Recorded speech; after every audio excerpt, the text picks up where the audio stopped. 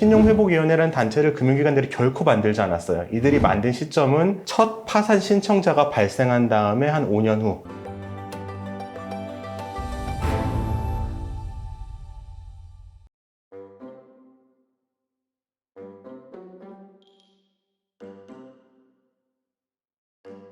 요즘도 이제 저한테 상담 오시는 분들 가운데 신용회복위원회와 고민하다가 변호사님 영상 보고 그래도 개인회생 상담을 한번 받아보겠다 싶어서 오셨다는 분들이 있어요. 제가 그렇게 신용회복위원회는 채무자한테 유리하지 않다고 말씀을 드리는데도 방송을 보신 분들은 이렇게 찾아는 오시는데 아직도 못 보신 많은 분들이 잘 모르는 것 같아서 제가 다시 한번 설명을 드리려고 영상을 준비를 했습니다. 심지어 유튜브에도 되게 많아요. 이런 분들은 신용회복위원회 가셔라, 이런 영상 되게 많아요. 맞아요. 저는 신용회복위원회에서 뿌리는 알바 같습니다.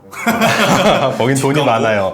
돈이 많습니다. 최근에 내년도 최저임금 가지고 또 임금 협상을 들어갔는데, 임금 협상 들어갈 때 보면은 노사정위원회 이렇게 있죠. 노동자 편이 있고 회사 편이 있고 그리고 가운데 이제 정부가 있어요. 왜 정부가 있느냐? 노동자와 이제 회사 측만 있다면은 둘의 대화가 안 되고 지금 정부가 들어와서 개입을 하는 거잖아요. 회생제도는 그것과 마찬가지로 보면 돼요. 채권자와 채무자 간의 대화가 안 통하기 때문에 국가가 중간에 나서서 채무 조정을 해주는 게 회생 파산 제도고요. 신용회복위원회는 정부가 없어요. 신용회복위원회라는 데가 금융기관의 이익단체입니다. 그 집단에 가서 채무자가 내 빚을 좀 줄여주세요 라고 얘기를 사정을 하는 거예요. 당연히 어디가 더 많은 빚을 탕감을 받을 수가 있겠어요? 전자겠죠. 그러면은 어쨌든 금융권한테 이득이 없으면은 그런 이상한 조직의 회원이 되려고 하지도 않겠네요. 되려고 하지 않겠죠. 물론 법이 있어요. 국가가 법을 만들어서 신용회복위원회를 만들어서 너네가 채무조정을 좀 해라 라는 법이 있기는 한데, 그거는 어떻게 보면 좀 보수적인 목적이고 그걸 만들 필요만 있지, 금융기관이 그렇게 자발적으로 분담금을 내면서까지 하는 거는 본인들에게 이득이 있기 때문이죠. 그 이득에 대해서도 한번 말씀을 드리려고 해요. 금융기관이 못 받는 돈이 생기면 그거를 부실채권으로 분류를 해요. 아마 개인회생을 들어오는 채권이나 아니면 개인 파산을 들어가는 채권은 다 부실채권일 텐데 직접 돈을 찾아오지는 않아요. 집에 그 사람들을 직접 보내지도 않아요. 이 사람들은 신용정보회사에 채권 추심을 맡기고 신용정보회사가 와서 돈을 추심을 해갑니다. 내가 2천만 원의 빚을 졌다면은 금융기관은 이 2천만 원에 대한 추심권을 추심할 수 있는 이런 권한을 신용정보회사한테 넘기고요. 계약을 통해서 신용정보회사가 2천만 원을 다 찾아오면은 그 중에서 대략적으로 15%의 금액을 수수료로 신용정보회사가 받아가요. 1억 원의 채무가 있다면은 회수 비용에 1,500만 원이 들게 되는 거죠. 15%니까. 2015년 기준으로 금융기관이 신용회복위원회를 통해서 추심한 돈이, 결국 채무 조정한 것도 추심한 거니까요. 돈이 1조 원이라고 해요. 1조 원이면은 1,500억 원은 아낀 거예요. 분담금으로 그렇게 많이 내진 않거든요. 그래서 제가 첫 번째로 말하고 싶은 거는 금융기관들, 그러니까 채권자들은 신보기를 통해서 추심을 하면은, 채무 조정을 하면은 채권 추심 비용을 아낀다, 그렇게 이득이 되고요. 두 번째로 말씀드릴 거는 이 신보기는 어떤 돈으로 운영되느냐, 국가기관의 돈이나 아니면 세금이 아니라 금융기관의 분담금으로 운영된다. 이것은 앞에 거랑 연결져서 또 생각을 해보면은 금융기관에게 이익이 분명히 되기 때문에 분담금을 내는 거겠죠. 그렇기 때문에 세 번째로 신용회복위원회에서 채무조정을 할 때는 채무자의 이익보다는 채권자의 이익을 우선시할 수밖에 없다. 네 번째로 또 말씀드릴 것은, 그렇다면은 이 금융기관이 왜 채무조정을 하느냐, 채권 추심의 목적도 있겠지만 채권 추심을 굳이 여기서 안 해도 이들은 추심을 할 수 있는 다른 방법을 찾을 수도 있단 말이에요. 그럼에도 불구하고 왜 채무조정을 하느냐, 왜냐하면은 회생파산을 하는 것보다는 금융기관에게 이익이기 때문이에요. 이거는 실제로 관련된 논문에도 그렇게 적혀 있어요. 금융기관들이 채무조정을 해야 될 유의는, 이들이 채무조정을 해서 채무액을, 그리고 채권액을 깎아주더라도 어차피 채무자들이 회생파산할 때보다는 더 많이 받을 수 있기 때문이다 라고 그렇게 적혀 있습니다.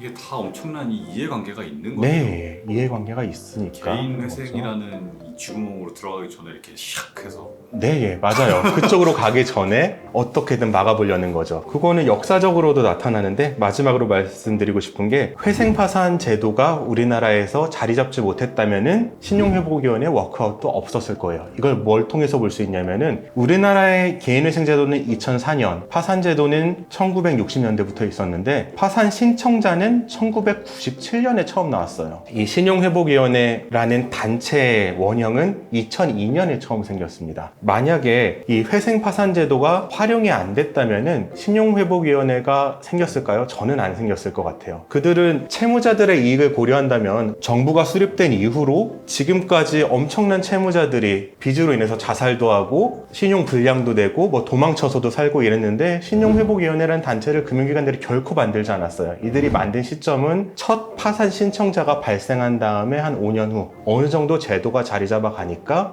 이 금융기관들도 자기들의 필요성을 느껴서 만들었다고 저는 생각을 해요. 제 의견입니다. 그런 이해관계가 없었다면 돈을 버는 게 목적인 금융기관들이 절대로 채무 조정을 하는 단체는 만들지 않았을 거고 실제로 2002년까지는 만들지 않았고요. 그러니까 실제로 이득이 되기 때문에 만들려면은 건국 이래로 만들려면 만들 수 있었을 텐데 네. 그걸 안 만든 거는 그때는 회생파산이 없었고 지금은 회생파산이라는 큰 라이벌이 생겨가지고 네. 저기로 가기 전에 우리가 이렇게 네. 하자. 네, 저는 그렇게 생각을 해요. 이 신용회복위원회와 회생파산제도가 뭐가 더 채무자한테 유리한지를 채무자가 객관적으로 판단하게 하려면 회생파산의 이름도 신용회복으로 바꿔야 돼요. 이것도 신용회복으로 이름 바꾸고 정말 이렇게 부정적인 인식 다 없애고 객관적으로 합리적으로 판단을 했을 때 채무자가 유리한 걸 선택할 수 있도록 해야지. 지금은 금융기관들에서 지부도 엄청 많아요. 회생법원보다 훨씬 많습니다. 신용회복위원회 지부가. 그 지부 직원들 그 깔끔한 영상 홈페이지 다 어떤 돈으로 운영을 하겠어요. 변호사님 영상도 깔끔하잖아요.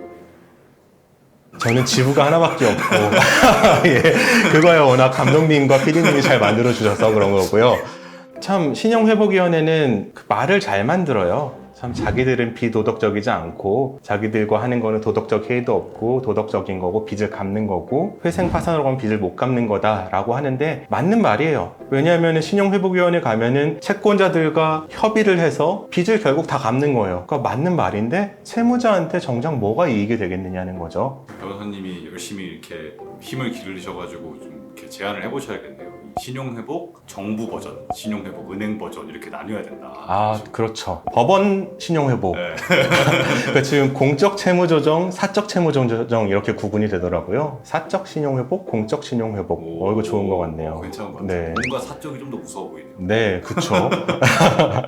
그렇게 해서 오늘은 신용회복위원회 워크아웃의 비밀이라는 주제로 말씀을 드렸고요. 신용회복위원회 워크아웃을 여러분들이 더 좋게 생각하고 있는 것은 어떻게 보면은 신용회복위원회에서 만든 이미지 때문이다 라는 걸 좀 기억을 해주셨으면 좋겠고 좀 더 객관적이고 합리적으로 한 발 물러서서 정말 숫자적으로 나한테 뭐가 더 도움이 되는지 판단을 하셨으면 좋겠습니다. 매번 강조드리지만 개인회생은 적법한 제도고 법은 최소한의 도덕이기 때문에 적법한 것이 비도덕적인 게 될 수는 없어요. 그러니까 회생제도를 이용하는 것은 결코 비도덕적인 것이 아니다 라는 것을 명심하셨으면 좋겠습니다.